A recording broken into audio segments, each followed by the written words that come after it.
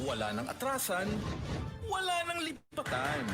Tuloy na ang Balikatan. Araw-araw, tuwing umaga, serbisyong tunay at natural. Kasama ang inyong umaatikabong tambalan, Celine Tutor at King Formaran sa programa Stana Balikatan. Stana Balikatan para sa sulong Quezon. Serbisyong tunay at natural.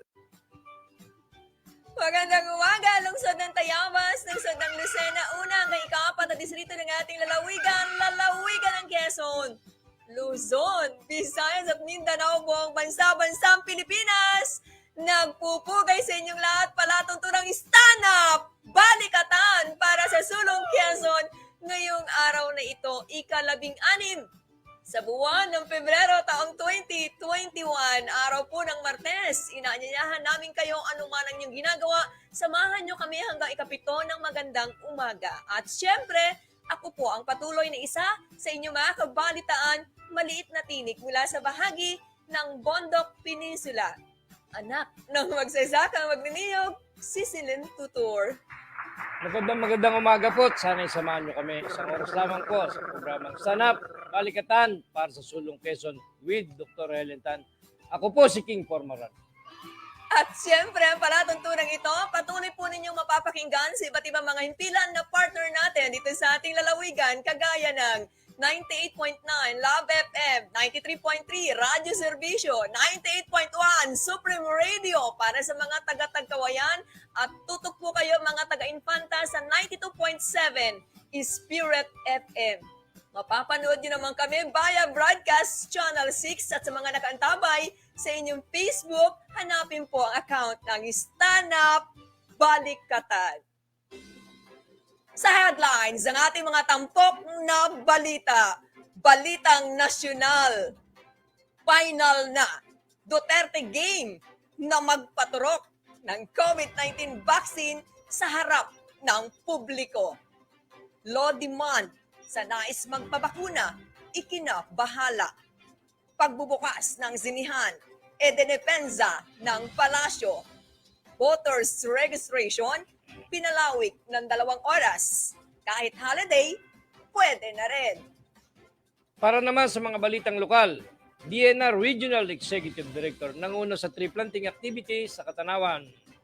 Serbisyong tunay at natural, patuloy sa pagkakaloob ng mga proyektong pang-infrastruktura.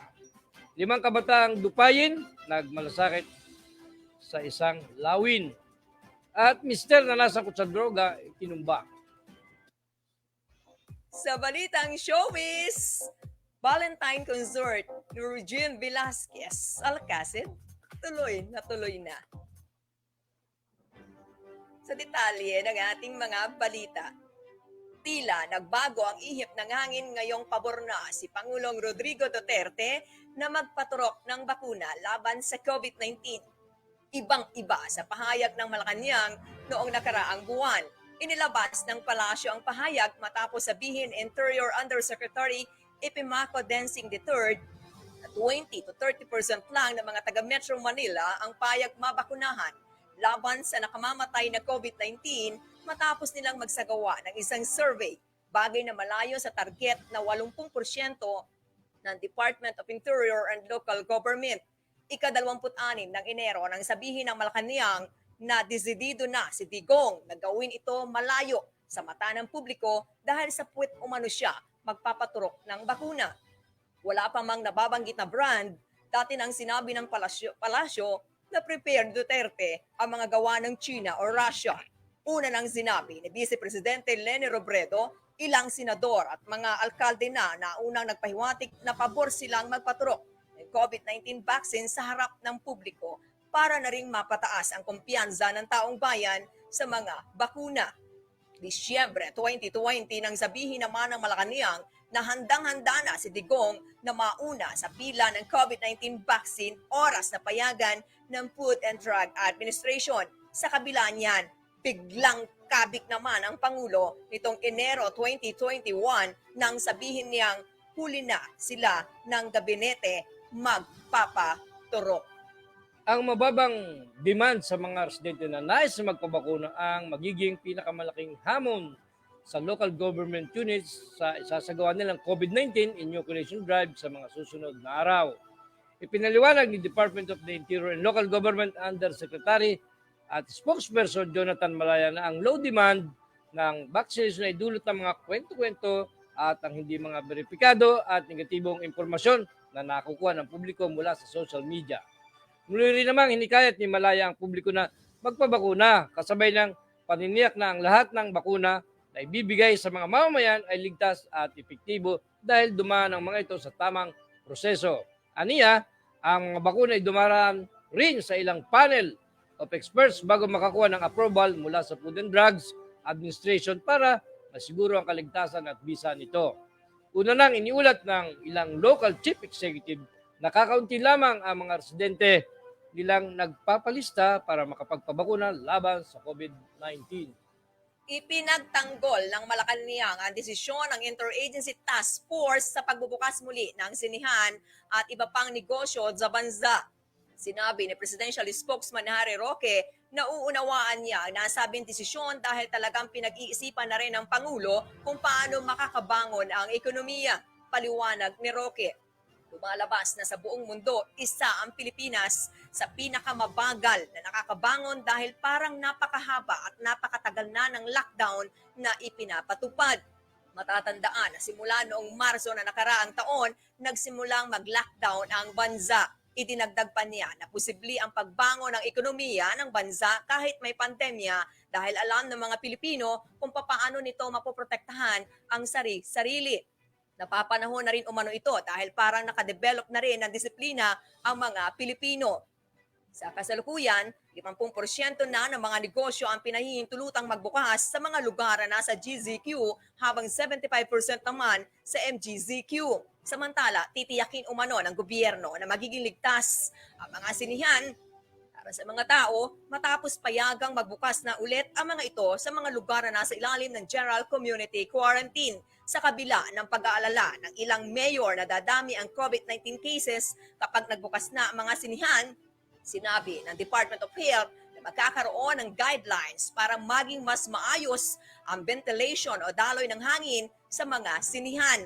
Ayon sa DOH, susundin pa rin naman ang mga minimum health protocols ngunit gagamitin ang dagdag na guidelines mula sa DOLE upang mas maipaliwanag sa mga tao kung ano ang mga dapat gawin para makaiwas sa COVID-19 habang nasa loob ng sinihan. Pinalawig pa ng 2 oras ng Commission on Elections ang schedule ng voters registration bilang paghahanda sa national at local elections sa 2022. Ayon kay COMELEC spokesperson James Jimenez, mula Martes hanggang Sabado, bukas ang mga opisina ng election officers sa buong bansa para tumanggap ng mga magpaparehistrong botante.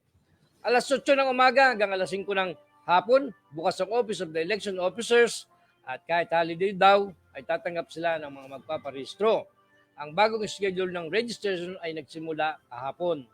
Para matiyak na nasusunod ang health protocol, itinakda ng full body sa pagitan ng Biyernes at Lunes ang designated disinfection day sa kanilang mga tanggapan. Una nang mapila si Jimenez sa mga eligible voters na makilahok sa demokrasya sa pamamagitan ng pagpaparehistro at pagboto. Para sa mga magpaparehistro, pinayuhan ng COMELEC na magpa-appointment muna sa irehistro comelec.gov.ph at mag-fill up ng application form. Sa balitang lokal naman, mga kaistan, dapat na magpatuloy ang mga tao sa pagtatanim ng iba't ibang puno. Ito ang mensahe ni Department of Environment and Natural Resources Region 4A Regional Executive Director Nonito M. Tamayo sa harap ng mga kawani ng Zenro, Katanawan at mga mamamayan ng bayan ng Katanawan kamakailan kasabay ng isinagawang tree planting activity na nilahukan ng mga miyembro ng kapatiran ng Gaman sa Barangay Tuhian sa bayang nabanggit. Ayon pa kay Red Tamayo, mahalaga ang nasabing pagtatanim para sa mga residente ng barangay sapagkat ang mga ito ang makikinabang kapag ito ay lumaki na. Dagdag pa nito, nakakatulong ito upang maiwasan ang pagbaha at pabagubagong klima o climate change na nararanasan natin ngayon. Samantala, nagkaroon din ng IAC tungkol sa mga programang ipinatutupad ng DENR. Ipinaliwanag ni Forester Rico Belen ang 10 priority programs ng DENR sa mga mamamayan upang mas lumawak ang kaalaman ng mga ito hinggil sa mga batas pangkapaligiran at malaman ang kahalagahan. Nabatid na mayroong 200 puno ng nara at 200 puno ng kalumpit na may kabuang 400 puno ang naitanim sa barangay roadside ng barangay Tuhian. Isinagawa ang aktibidad ayon sa alituntunin na ipinatutupad ng IATF upang maiwasan ang pagkalat ng COVID-19 katulad ng pagsusuot ng face mask at pagpapanatili ng social distancing. Maliban kay Red Tamayo, nanguna din sa nasabing tree planting activity sina Barangay Captain Leopoldo Quinzosa at Senro Lopo Tilad. Pinangunahan ni Atty. Mike Tan ang ginanap kamakailan na blessing ng bagong tayong Marilag Barangay Hall sa Marilag, Talawag, Quezon. Ang nasabing Barangay Hall ay nasang higit na magpapabilis para mayabot ang tamang serbisyo sa mga naninira sa nasabing barangay. Labis na pinasalamatan ng mga mamamayan si Congresswoman Dr. Helen Tan na niya hindi magiging posible ang proyektong ito kung hindi dahil sa pamamagitan ng opisyal. Sinabi naman ni Atty. Mike Tan na makakaasang marami na patuloy na bubuhos pa ang iba't ibang proyektong pang-infrastruktura ng serbisyong tunay at natural upang suportahan ang mga pangangailangan ng ating mga distrito. Isang lawin o Brahminic kite ang itinurn over sa tanggapan ng Community Environment and Natural Resources Office Senro Tayabas ng isang grupong pinapangunahan ni Ginoong Roldan Garcia.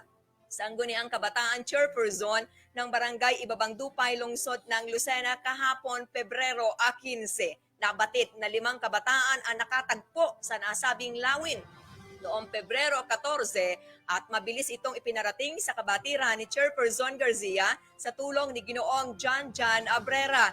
Agad namang umagapay ang tanggol kalikasan upang ito ay ma-turn over sa DNR. Kaugnay nito, dadali ng nasabing lawin sa Provincial Veterinary upang masuri kung ito ay nasa maayos na kalalagayan at may mabuting kalusugan bago pa ito pakawalan sa kagubatan.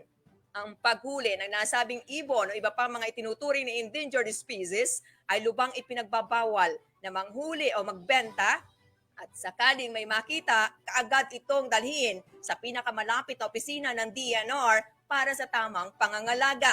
Samantala, may panawagan ng Senro Tayabas para sa karagdagang impormasyon at iba pa mga katanungan hinggil sa batas pangkalikasan at maging mga hayop, maaari magpadala ng sulat o tumawag, pagbigay ng mensahe sa mga sumusunod kagaya ng senro.tayabasquezon@gmail.com, senrotayabas@dnr.gov.ph o tumawag sa telepono bilang 042-784-2841. Habang ang kanilang opisina naman ay matatagpuan sa DNR Senro Tayabas, Barangay Putol, Tayabas City. Kaugnay nito, umani ng papuri si Garcia sa social media kung saan pinatutunayan niya na isa ang mga sektorang kabataan sa mga asahan nakasangga sa pangangalaga ng kalikasan at pagmamahal sa mga hayop na kailangang ilagay sila sa lugar na kung saan naaakma ang mga ito. Patay agad ang isang mister na dating nasangkot sa droga makaraang kaulanan ng punglo ng hindi kilalang salarin habang nagbumotorsiklo sa Kabunyag Street, Barangay Pahinga Norte, Candelaria, Quezon, kamakailan. Kinilala ng pulisya ang nasawi na si Jaime Limbo, 30 anyos, may live-in partner ng Barangay Pahinga Sur. Si Limbo ay nakulong noong Enero 2017 dahil sa kasong RA 9165 o Comprehensive Dangerous Drug Act of 2002. Sa investigasyon, minamaneho ng biktima ang Yamaha Mio nito pauwi sa kanyang bahay dakong ikapito ng gabi nang harangin ng isang lalaki at walang sabi-sabing pinagbabaril saka naglakad lamang ang palayo ang suspect bitbit ang baril na ginamit sa pagpatay. At sa lagay ng panahon, base sa pinakauling ulat ng Pag-asa, kaninang alas 4 ng madaling araw, nakaka-apekto sa silang bahagi ng Visayas at Mindanao ang tail end of a frontal system na nagdudulot ng maulot na papawirin na may kalat-kalat na pagulan, pagkulog, pagkidlat sa naturang bahagi ng bansa. Samantala, nakaka-apekto naman ang northeast monsoon o amihan sa bahagi ng Luzon na magdudulot ng maulot na papawirin na may mahinang pagulan sa bahagi ng Metro Manila, Cordillera Administrative Region, Cagayan Valley, Central Luzon, Calabarzon, Bicol Region at Occidental Mindoro. Bagyang maulap sa maulap na papawirin naman na may isolated light rains naman ang mararanasan sa natitirang bahagi ng bansa dahil pa rin sa amihan. Sa balitang showbiz, mga kaserbisyong tunay at natural, excited na ibinalita ng nag-iisang Asia songbird na si Regine Velasquez Alcacid na ang tungkol sa kanyang napospond niyang Digital Valentine concert. Tuloy na nga ang pinakaabangang show ng milyong-milyong Reginians, ang Freedom, na hataw na sa darating na February 28.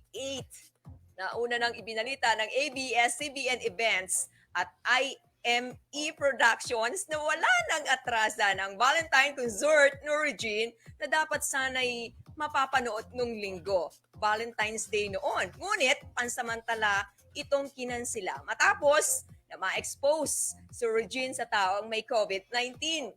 Dahil dyan, kinailangan muna mag-self-quarantine ang singer-actress para masigurong maayos ang kanyang health condition at hindi siya nahawa ng virus. Negative ang naging resulta ng COVID test ni Regine, kaya tuloy na siya sa paghahanda para sa naturang show. Mabibili ang concert tickets ni Regine sa ktx.ph at exclusive access available din yan, mga ka-stan, sa I Want TFC, TFC IPTV, pay-per-view, at Sky pay-per-view. At yan po ang ating mga hinandog, itinampok na balitang nasyonal at lokalidad ngayong umagang ito. Ayun, unahin ko lang partner yung ating pangunahing maganda at napakagandang parlor. Yan pong Scentic Beauty Lands na napakaganda po dyan ng kanilang pasilidad. Magagaling po yung mga staff nila. Ito pong Scentic na ito na Beauty Lands ay owned and managed by Ma'am Chari Reyes. Good morning kay paring Manolo Rehio, kay Maring Rona Meares Rehio, kay Colonel William Angway, kay Colonel Albasaya. Magandang umaga sa inyo.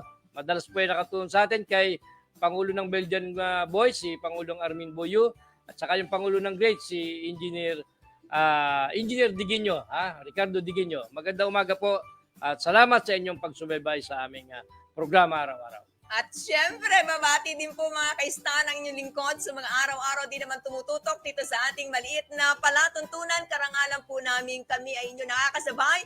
Ano man ang inyong mga ginagawa sa umagang ito habang marami po naglilinis ng inyong sasakyan, naghahanda ng mga gamit patungo po sa inyong pagpasok sa opisina, pamamalengke. Good morning kay Ate Malen Decena, sa lahat ng kanyang mga kasama sa bahagi po ng Lucena City Public Market.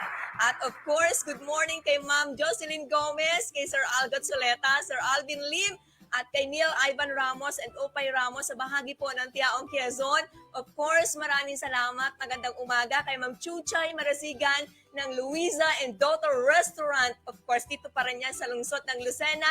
Kay Warren Laurora, kay Ma'am Teresita Pardilla Ong, thank you po sa masarap na pineapple cake. Talaga namang hindi tayo nakakalimutan ng magandang kapatid ng kaibigan din natin si Sir Jing Pardilla ng Silangang Nayon Park and Restaurant. Matatagpuan po yan sa Barangay Pantigi sa Pagpilaw, Quezon. Magandang umaga din kay Ma'am Opelia Traspalacio Real, Sir June Salva, Darius Castro, Susan Targa, Alex Encena, kay kapatid na Jake Beans, at sa magandang si Bessie Grace Soriano and hubby niya si Tito Romy, board member Beth Shaw and Kuya Emerson Shaw. Ang gwapong-gwapo, napakasipag na talaga namang napakamatulungin para sa mga nangangailangan nating kababayan dito po sa 2nd District ng ating lalawigan. And kay Ma'am LB Abinido ng Pacific Mall Lucena, kay Bagets na address, kay Consel Dan Oriarte ng Lopez Quezon. Sa mga hindi po natukoy ng inyong lingkod, siyempre kinikilala po namin, patuloy namin kayong pinasasalamatan. Salamat po ng marami sa inyo. Advance happy birthday kay Attorney Mike Tan. Mag-birthday siya sa Marso. Uno, kung hindi ako nagkakamali. Advance happy birthday kay Attorney. Yung advance? Oy, nagapang ko na, baka makalimutan ko. Baka hindi marinig, no? At saka hindi, sa dami ng uulanin kasi ng mabati sa kanya. Oo, anyway, basta malagay, nabati ko na siya. Alam mo naman, hindi ko masyadong nakikita yan. Oo nga, bata pa, masipag na itong wala na atang anak lugar. ni Doktora. Oo, sa bahagi ng ika-4 na distrito natin ang hindi po personal na napupuntahan ni Attorney Mike Tan. Lalo tigit tuwan-tuwa po yung mga nasa sektor ng edukasyon, yung ating mga ginagalang na mga guro dahil na mahal sila. Kabalikatan talaga sa pag-unlad sa serbisyo ang programang serbisyong tunay at natural. At syempre, yung kanyang sole advisor, itong masipag na bukal na si Bukal Ola Eduarte at kanyang may bahay si Ma'am Cynthia. Magandang umaga po. Siya nga po pala sa susunod na sa Lunes, ay abangan niyo po ang ating panauhin dito ng live, ang 4th District Board Member Derek Magbuhos. Makarating kaya? Makakarating siya, medyo nagkaroon ng konti Sana, no? problema. Kasi nag-aantabay po ang ating mga viewers, Dadating yan, ang ating si mga Bukal. listeners, kaugnay ng update pa rin sa mga patuloy na ginagawa po na public hearing, budget hearing sa sangguniang panalawigan ng taon ng budget 2021. Sa Maganda- mga nagtataka, bakit Pebrero na pero hindi pa pala aprobado, ano? Hindi pa tapos kasi 'di ba binibilisan na nga nila at sinisigurado nilang tatapusin yan within 90 days. Yan Oo. yung period na pinagbigay. Yan ang nasa batas na dapat 90 days matapos mo ang budget hearing. Kaya nga So until March. yan until March. Kaya nga sa Lunes makakakwentuhan natin dito si Bukal Derek Magbuhos, and then sa susunod naman ay si Bukal Iris Armando. Maswerte tayo sapagkat tayo lamang so far ang nakakapag-interview sa mga board members at nasasabi nila kung ano yung nangyayari sa Siyempre, pagbabudget. yun naman ang hangad po ng maliit na palatuntunang ito na direkta po. Kami pong dalawa dito ay tanging instrumento lamang. Ang higit po na magiging source po ng ating mga panagkukunan ng balita at mga nagiging kaganapan, lalo tigit sa 4 na sulok po ng ating lalawigan. Hanggat maaari ay sinisikap po naming direktang marinig nyo doon sa mga opisyalis mismo ng ating pamahalaan. Isipin mo yun, partner, ha? Lalo na yung galing sa Malayan Distrito, sa 4th District. Talagang alas 5:30 pa lang Pagbiyahe nandito na, pa ng nagbabiyahe pa. maaga, madaling araw. Oo, para lamang kahit at least 30 minutes, ma-explain nila sa mga manonood, sa mga nakikinig sa radyo, sa Facebook na ito po yung ginagawa namin sa Alam mo, kumbaga, yung sa pagiging board. politician, lingkod bayan, ay wala namang pinagkaiba sa mga profesyon ng pagiging doktor, Oo naman. nurse, o iba pang mga profesyon na kinakailangan mo na magtrabaho ng 24/7. Kaya nga, Bagamat nakakahiyaman po pero naaabala namin ang masarap na tulog ng ating mga naanyayahan kasi kinakailangan pang magbiyahe kagaya na sinabi ng ating partner ng mas maaga pero higit sanang makita ay yung kahalagahan, importansya po naman ng inyong mga impormasyon na ididetali at direkta pong maririnig sa inyo ng inyong mga constituents kasi hindi naman lahat ay may kakayanan lalo tigit nasa gitna po tayo ng pandemya na makapunta po doon sa venue kung saan nagkakaroon po kayo ng sesyon o regular na pagpupulong. kaya nga ako yung nagtataka, may mga naririnig pa ako sa ibang Na ano? programa na dinidelay daw ng ating mga board member ang pagbabudget. Pero nakikita nyo naman po, naka-Facebook live pa nga yung iba dyan kung paano yung ginagawang pag-scrutinize ng mga May pagbabudget. dahilan. May dahilan naman di ba? Ewan ko kung inilalive pa ng Kapitolyo yung video yun, kung nagbibideo pa sila. Pag-uusapan natin ang marami pang bagay mga kababayan, mga kaistan sa ikalawang bahagi po ng ating talakayan sa umagang ito. Tutok lang po kayo, ano man ang inyong mga pinagkakaabalahan. Partner, mga kaistan, magbabalik po ang palatuntunang Stand Up! Balikatan! Para sa sulong, Quezon! Wala nang atrasan, wala nang lipatan. Tuloy na ang Balikatan. Araw-araw, tuwing umaga, serbisyong tunay at natural. Kasama ang inyong umaatikabong tambalan, Celine Tutor at King Formaran sa programa Stana Balikatan. Stana Balikatan para sa sulong Quezon. Serbisyong tunay at natural.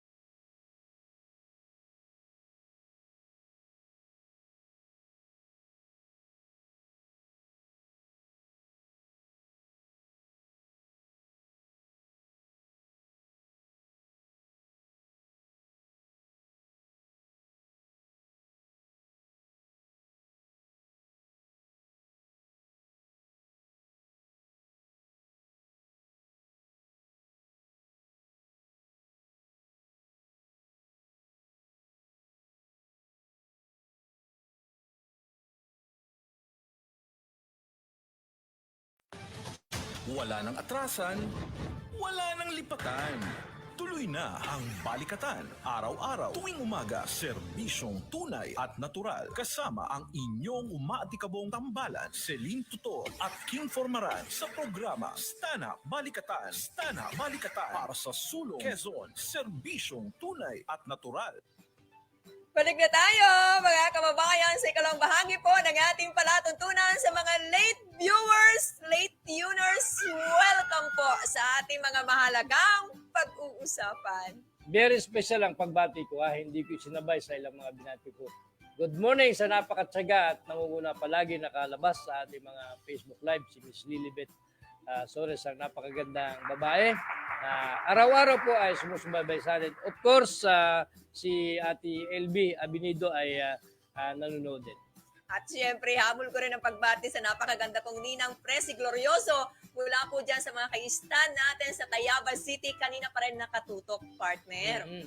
Maaga yung mga yung gumising, talagang inaabangan ito. Yan ang mga lapis natin pinasasalamatan habang sila ay nag-aalmusal, naglilinis ng kanilang bahay, nag-aalaga ng kanilang mga anak, nag-ahanda ng mga lalaban sa umagang ito. Pero sinasabayan tayo sa ating pinag-uusapan sa ngalan po ni Congresswoman Dr. Helen Tan. Kami po ay nagpapasalamat at dahil dyan, susulitin po namin sa umagang ito ang inyong pagtutok, mga ka-stand. Bakit? Sa papaano? Pakinggan po ninyo at aming ipapanood sa inyo. Ipapakita po namin sa inyo ang kabuuan, partner, ng naging privilege speech ni Dr. Helen Tan bilang siya po ang chairman ng Committee on Health sa bahagi po ng mababang kapulungan ng Kongreso, kaugnay sa layo niya na dapat ang ating pamahalaan at syempre ang ating mga kaubayan mapaghandaan natin yung mental health services. Mahalaga, mapangalagaan ito, lalo tigit sa hanay ng ating mga kabataan. Sa iba pa mga detalye, mamaya natin iisa-isahin yan, pero sama-sama po natin panoorin, mga kababayan,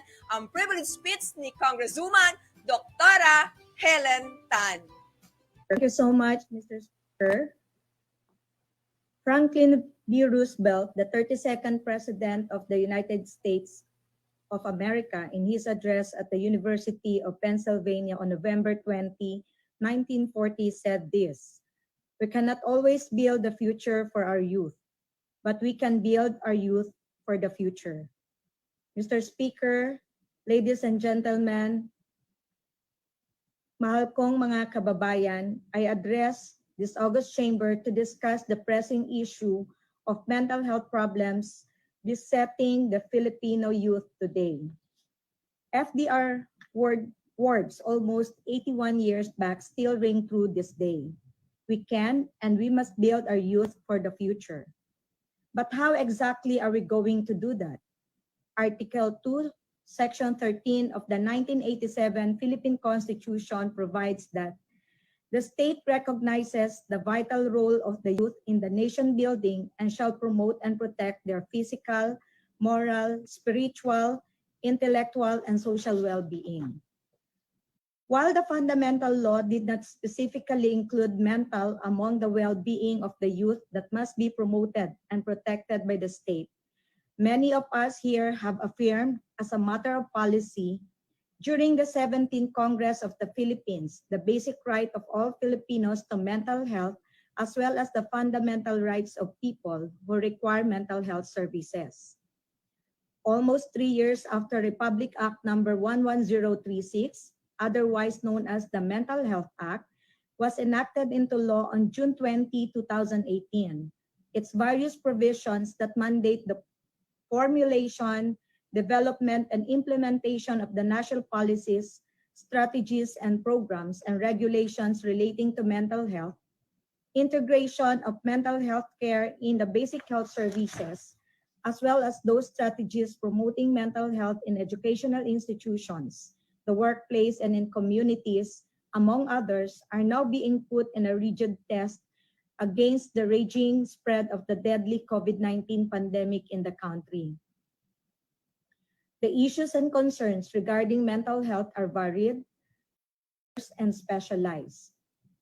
I have, however, reasoned today with one particular reason in mind, and that is to build our youth for the future. That awesome task, however, stands wobbly in the face of the fact that the number of suicide cases and students with mental illnesses had risen drastically in the past years, with at least one suicide referral made each day.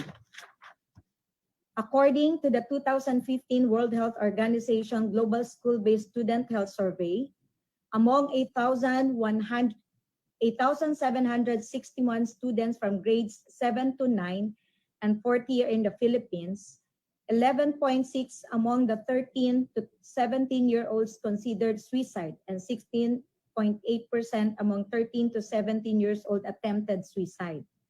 That was before the advent of the present public health crisis.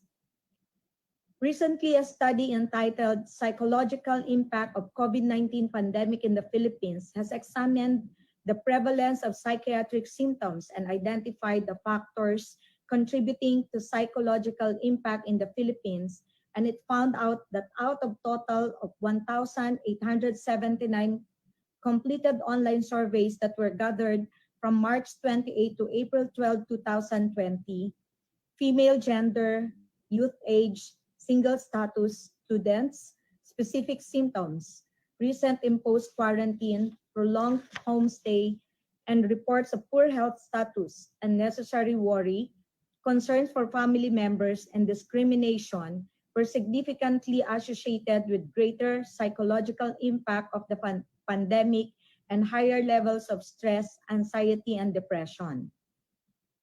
It was also reported that data from the National Center for Mental Health hotline saw an alarming spike of calls in the midst of COVID-19 pandemic, including a monthly average of 53 suicide-related concerns, where a high volume of calls were observed in the month of April, May, June, and July.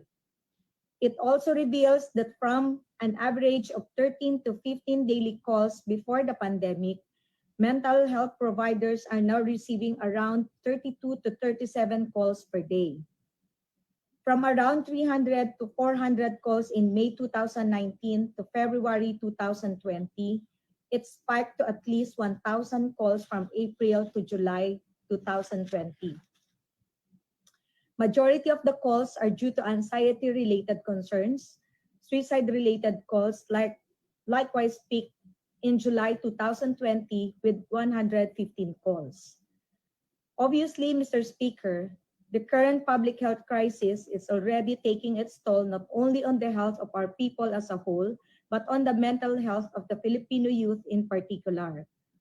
Mental health or issues of mental health in the context of COVID-19 pandemic reeks more intensely today, this very moment as we speak, as everyone is generally confined at home, especially our youth. Because of this, it bears asking, what now Department of Health? What now Commission on Higher Education? What now Department of Education? What now TESDA? What now Department of Interior and Local Government? Where are you in these most difficult times? Starting from Section 15, the Mental Health Act provides for different levels of quality mental health services, which start in the community. The law provides that responsive primary mental health services shall be developed and integrated as part of the basic health services at the appropriate level of care, particularly at the city, municipal, and barangay level. The standards of mental health services shall be determined by the DOH in consultation with the stakeholders based on current evidences. Every local government unit and academic institution shall create their own program in accordance with the general guidelines set by the Philippine Council for Mental Health, created under this act in coordination with other stakeholders, LGUs, and academic institutions, shall coordinate with all concerned government agencies and private sector for the implementation of the program. Section 21 on suicide prevention mandates that mental health services shall also include mechanisms for suicide intervention, prevention, and response strategies, with particular attention to the concerns of the youth. 24/7 hotlines to provide assistance to individuals with mental health conditions, especially individuals at risk of committing suicide, shall be set up, and existing hotlines shall be strengthened. Then Section 23 of the law provides that the state shall ensure the integration of mental health into the educational system as follows. Age-appropriate content pertaining to mental health shall be integrated into the curriculum at all educational levels, and psychiatry and neurology shall be required subjects in all medical and allied health courses, including postgraduate courses in health.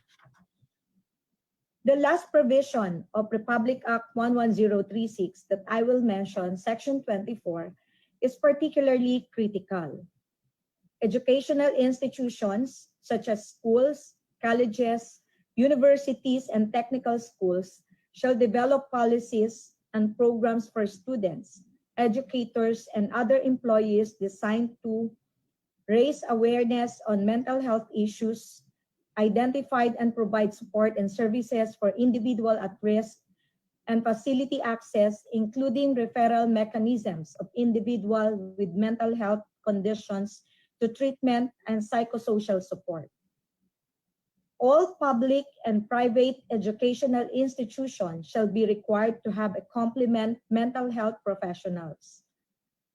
As I have earlier queried Mr. Speaker, what now? What has been done? Where are we now in the implementation of the Mental Health Act, particularly when it comes to the provision of mental health services to our young people?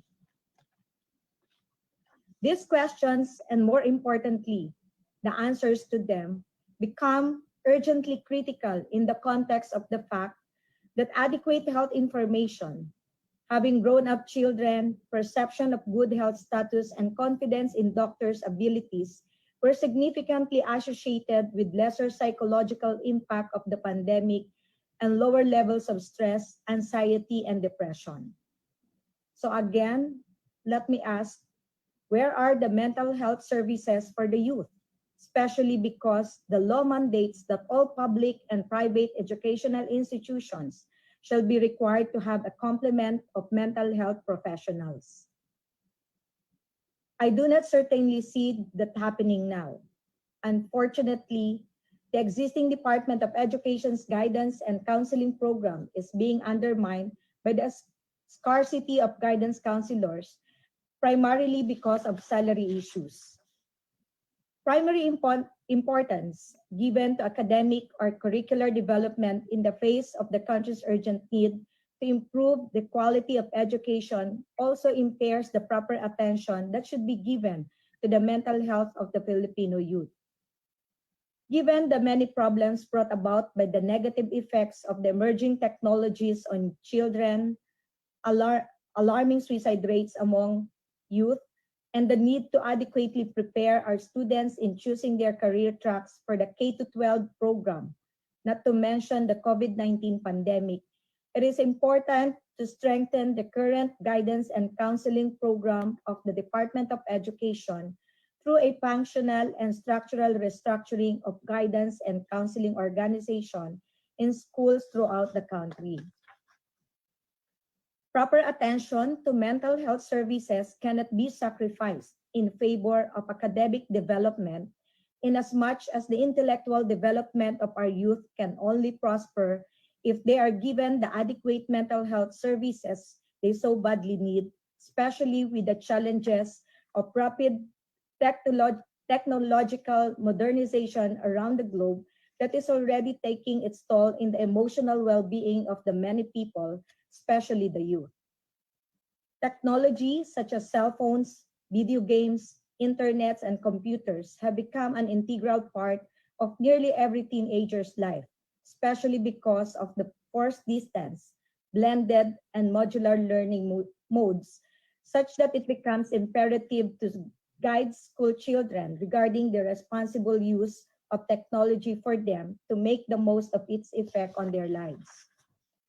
Despite the immense need for counseling professionals, we have a very limited number of school-based counselors, psychologists, and social workers who are serving in our educational institutions, which is unfortunate considering that schools are supposed to be essential partners in caring for students' mental health.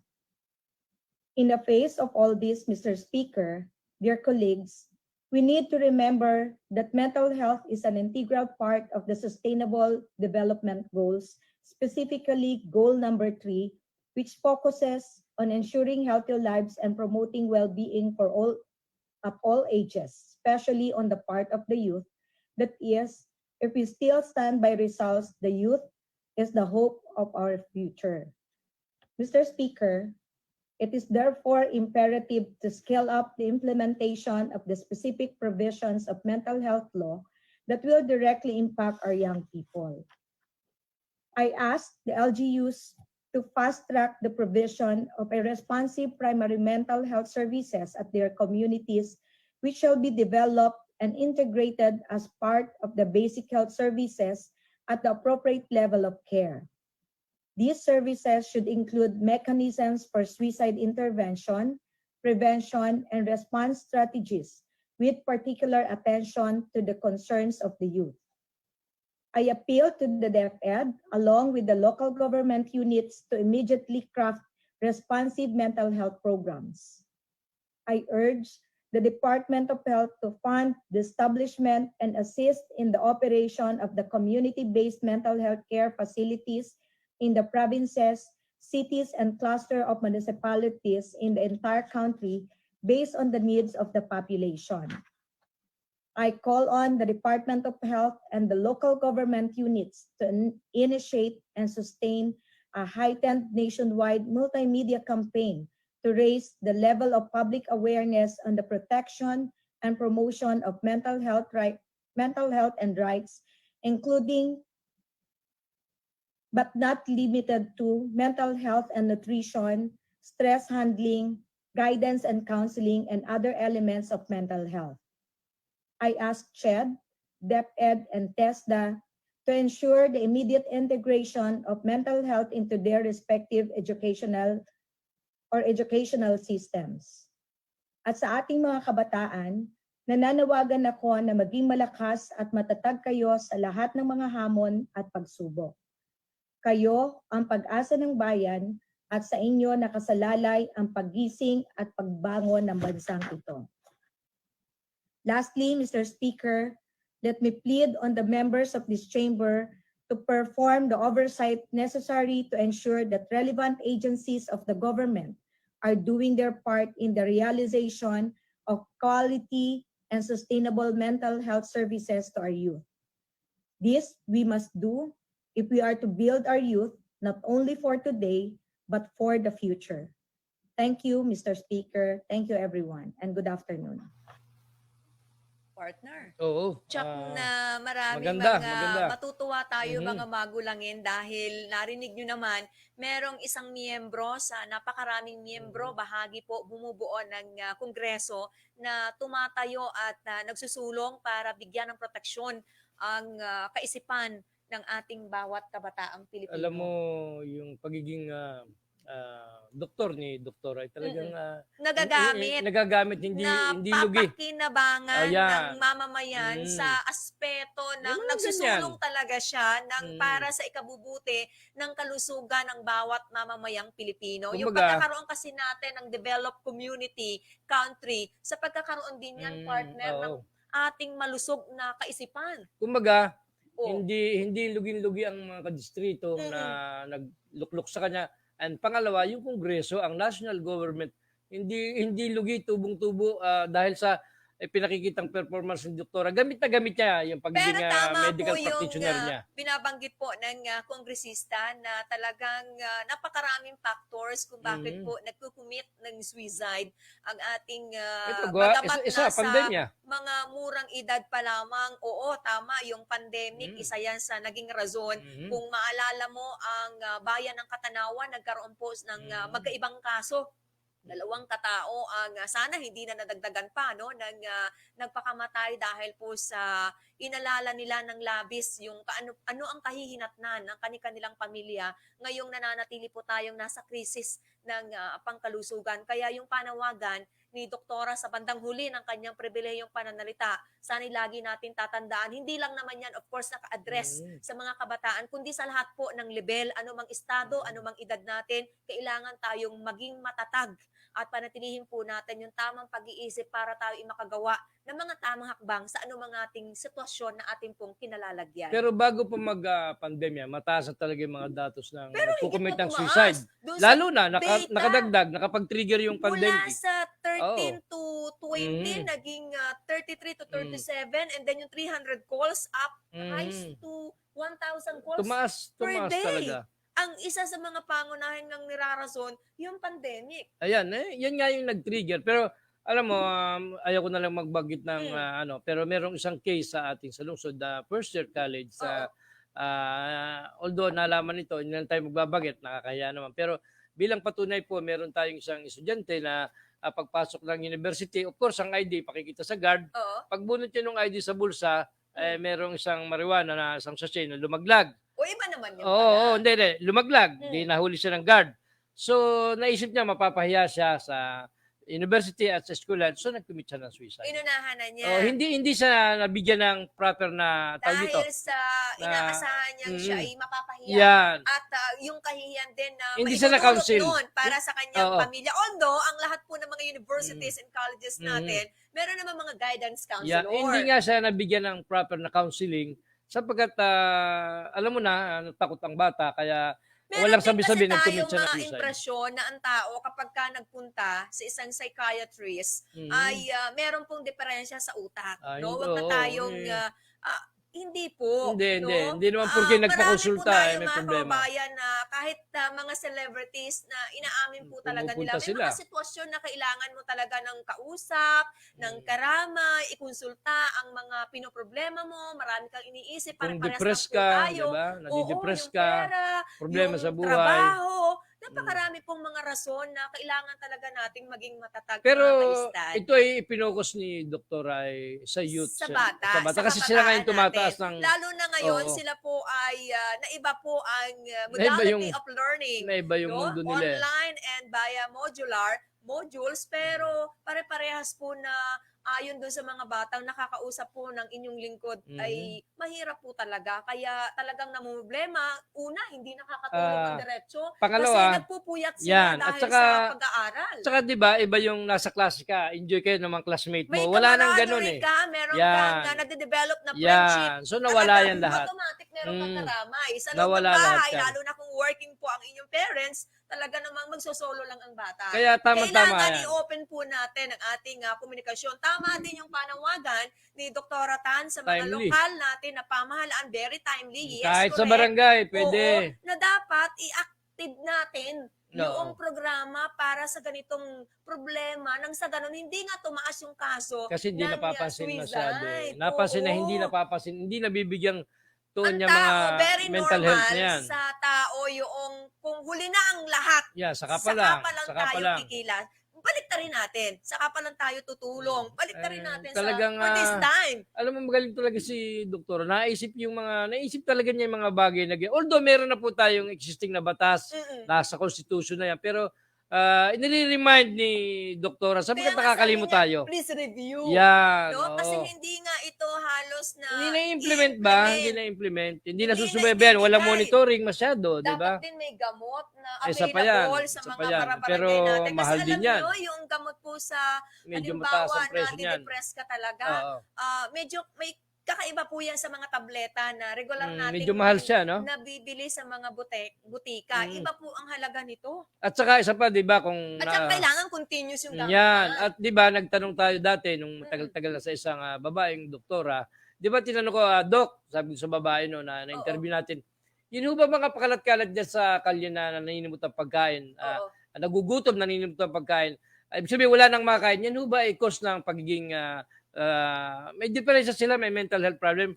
Hindi anya yung gutom ay nakakasira ng ulo o nagkakaproblema ka sa isip. Hindi. Depression, yun ang sinabi sa atin. Depression, hindi yung gutom. Yung palang gutom, hindi nakakasira ng ulo, hindi ka nagkakaproblema sa pag-isip. Kundi, Nakakapayat nga ata yun. kundi yung depression. Pag na-depress ka, dyan na mag-start yung mental health problem. Tsaka, babagsak po ang inyong Yan. pangatawan. Yan po ang Siyempre. kasunod na mangyayari yan kasi mapapabayaan nyo. Kaya nga kung mapapansin po ninyo ang isang bata na nasa ganyang klase ng sitwasyon ng kinalalagyan, mukhang hindi na po niya inaayos yung kanyang sarili. Kitang-kita nyo naman yan sa mga depressed people. So, yan. Kaya kailangan po talagang magdamayan unang-una ang bawat miyembro ng pamilya. At kumilos, mga LGU, sa mga Yan, tama. ating nasa eskwelahan, although tayo po ngayon ay hindi nagkikita-kita ng madalas, sana nagagay din po natin ng tama ng maayos ang ating mga estudyante. Sama-sama tayo. Congrats sa doktora ha, napaka-bibo mo talaga. Isa na naman napaka-smart ito mo. sa mga Magaling talaga. pag-uusapan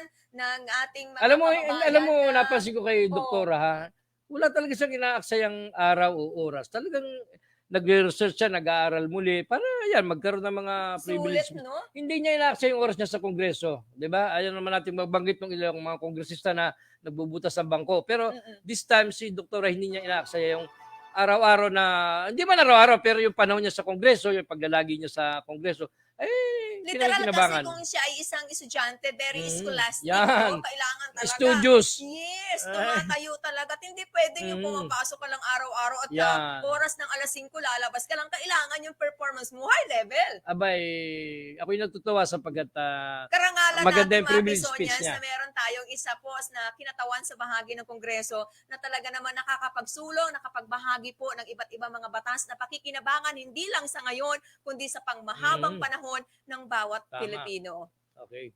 At ang bilis ng ating Naghahanap ka ng may ang bilis mental na- illness? ang bilis kasi ng ating oras. But anyway, muli babatiin natin si Dr. Na. Congratulations po, Dr. Ray. Pagpatuloy lamang po ninyo yan. At maganda po yan. Informative po yung inyong privilege speech na yan, Dr. Salamat po, Dr.